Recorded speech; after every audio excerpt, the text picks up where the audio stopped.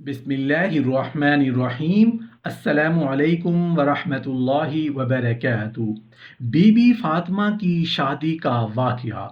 बीबी फातिमा की कहानी। हज़रत अली रज़ी अल्लाह अन्हु ने बीबी फातिमा रज़ी अल्लाह अन्हा का रिश्ता किस तरह आकर प्यारे नबी हज़रत मोहम्मद सल्लल्लाहु अलैहि वसल्लम से मांगा और ये शादी कितनी खूबसूरत और प्यारे तरीके से हुई थी।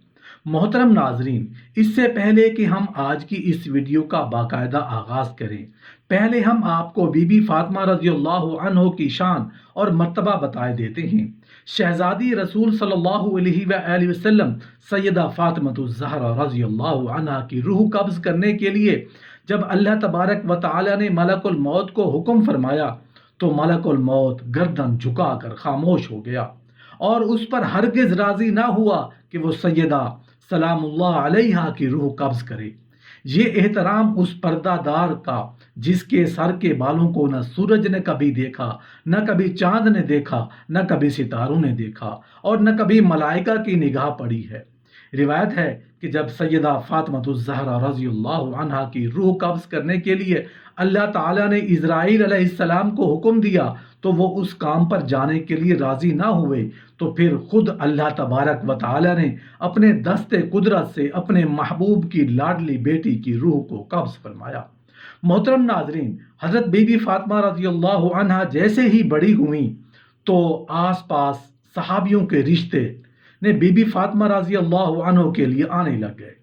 तो रसूलुल्लाह सल्लल्लाहु अलैहि वसल्लम यही इरशाद फरमाते हैं कि मैंने अपनी बेटी फातिमा की शादी का फैसला अल्लाह तबारक व तआला पर छोड़ा हुआ है। मेरी बेटी का रिश्ता वही करेंगे, जो अल्लाह को मंजूर होगा वही होकर रहेगा। तो आप इनकार कर देते। एक दिन हज़रत अबू बकर सिद्दीक़ रज़ी अल्लाह अन्हु और हज़रत उमर रज़ी अल्लाह अन्हु मस्जिद नबवी में तशरीफ़ लाए और एक दूसरे से बातें करने लगे। वो आपस में बीबी फातिमा रज़ी अल्लाह अन्हा के रिश्ते के लिए बात करने लगे कि सभी सहाबा ने बीबी फातिमा रज़ी अल्लाह अन्हा के रिश्ते के लिए पैगाम भेजा, लेकिन हज़रत अली रज़ी अल्लाह अन्हु ने कोई बात नहीं की। हज़रत उमर रज़ी अल्लाह अन्हु फरमाने लगे, मेरा ख्याल है कि हज़रत अली रज़ी अल्लाह अन्हु अपनी गरीबी और गुर्बत की वजह से कोई बात नहीं कर रहे। अगर उनके दिल में ये बात है, इस वजह से उन्होंने रिश्ता नहीं मांगा, तो हम हज़रत अली रज़ी अल्लाह अन्हु की मदद करें। हज़रत अबू बकर रज़ी अल्लाह अन्हु ने कहा, हम हज़रत अली रज़ी अल्लाह अन्हु से बात करते हैं, अगर वो गुर्बत की वजह से इनकार करेंगे तो हम हज़रत अली रज़ी अल्लाह अन्हु की मदद ज़रूर करेंगे।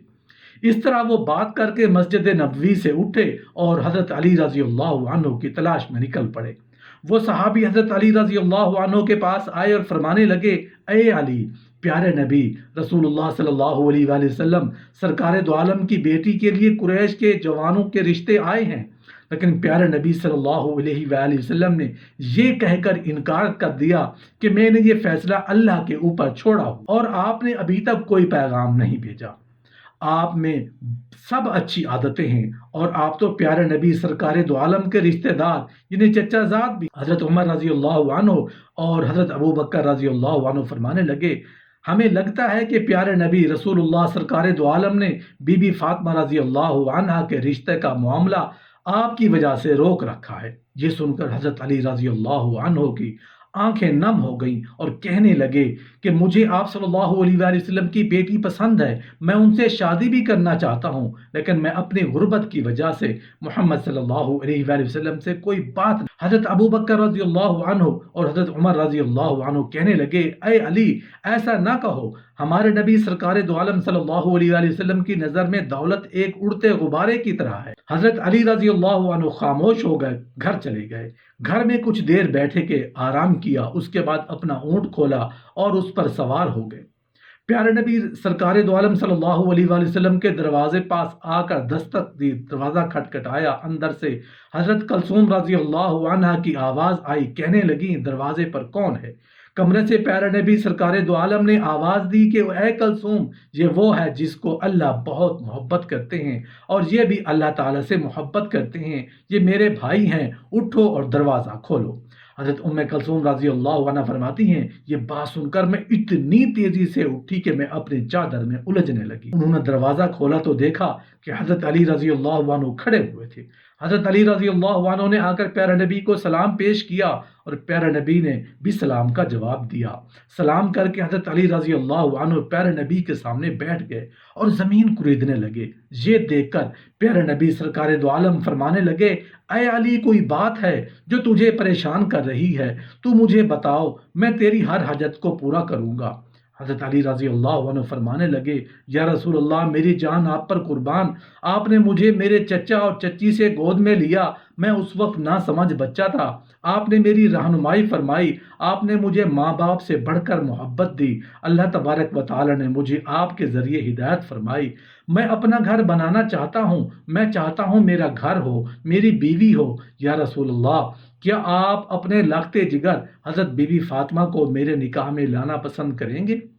پیارے نبی خوشی سے ہنس پڑے اور مسکرا کر کہنے لگے، اے علی، تم سے پہلے مجھے جبرائیل علیہ السلام کے ذریعے یہ پیغام بھیجا گیا ہے، تم مجھے یہ بتاؤ، تمہارے پاس کوئی چیز ہے جو تم فاطمہ کے نکاح کے لیے دے سکو؟ حضرت علی رضی اللہ عنہ فرمانے لگے، یا رسول اللہ، آپ میری حالت جانتے ہیں کہ میرے پاس صرف ایک تلوار ہے اور ایک پانی لانے والا اونٹ ہے، ان دونوں چیزوں کے سوا میرے پاس اور کچھ نہیں ہے۔ پیارے نبی فرمانے لگے، تلوار سے تو تم اللہ کی راہ میں جہاد کرو گے اور اونٹ پر تم پانی لاد کر اپنا گھر چلاؤ گے اور سفر میں بھی اونٹ تمہاری رہنمائی کرے گا، لیکن جراح کے بدلے میں اپنی بیٹی کا نکاح تجھ سے کرتا ہوں۔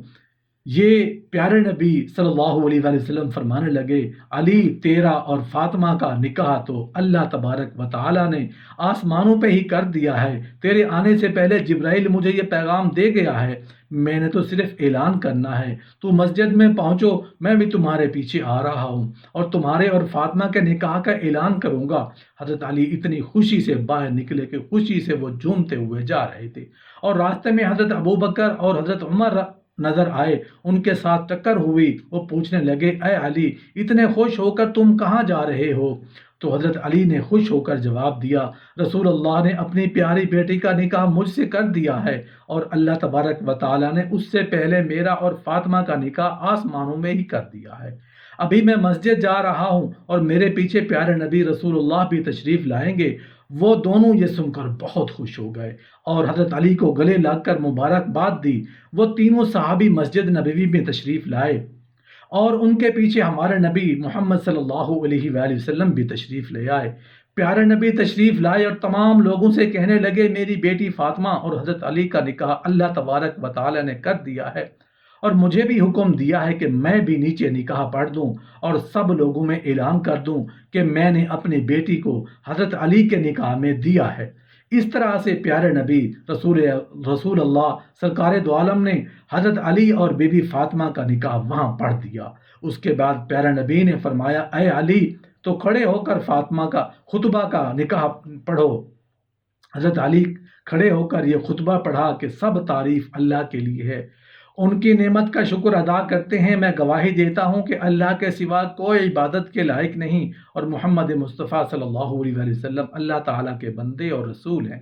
آپ نے فرمایا، نکاح اللہ کے حکم پر امر ہے اور آپ نے اس کی اجازت دی ہے۔ سرکار دو عالم نے اپنی بیٹی کا فاطمہ کا نکاح مجھ سے کر دیا ہے اور میری اس زرہ کو بطور حق مہر مقرر فرمایا ہے اور میں سرکار رسول صلی اللہ علیہ وآلہ وسلم اس نکاح پر راضی ہوں۔ تم سب لوگ بھی پیارے نبی رسول سرکار دو عالم صلی اللہ علیہ وسلم سے پوچھ لو اور ہمارے نکاح کے گواہ بن جاؤ۔ مسلمانوں نے وہ نکاح قبول کیا اور کہا کہ اس جوڑے کو اللہ کئی نعمتوں سے نوازے اور یہ جوڑا محبت اور خوشحالی سے رہے۔ اس کے بعد حضرت علی نے اپنی زرہ لی اور بازار میں حضرت عثمان غنی کو فروخت کر دی۔ اس طرح سے یہ خوبصورت نکاح ہو گیا۔ ان دونوں نے بہت ہی صبر کے ساتھ اپنے دن بسر کیے تھے۔ ان کے اوپر بہت ہی غربت کے امتحان آئے تھے، لیکن یہ امتحان میں پاس ہو کر اللہ کی راہ میں دیتے تھے اور اللہ تبارک و تعالیٰ کی عبادت کرتے تھے۔ اللہ تبارک و تعالیٰ نے اس جوڑے میں بہت ہی محبت قائم کی تھی، خوشحالی بھی قائم کی تھی۔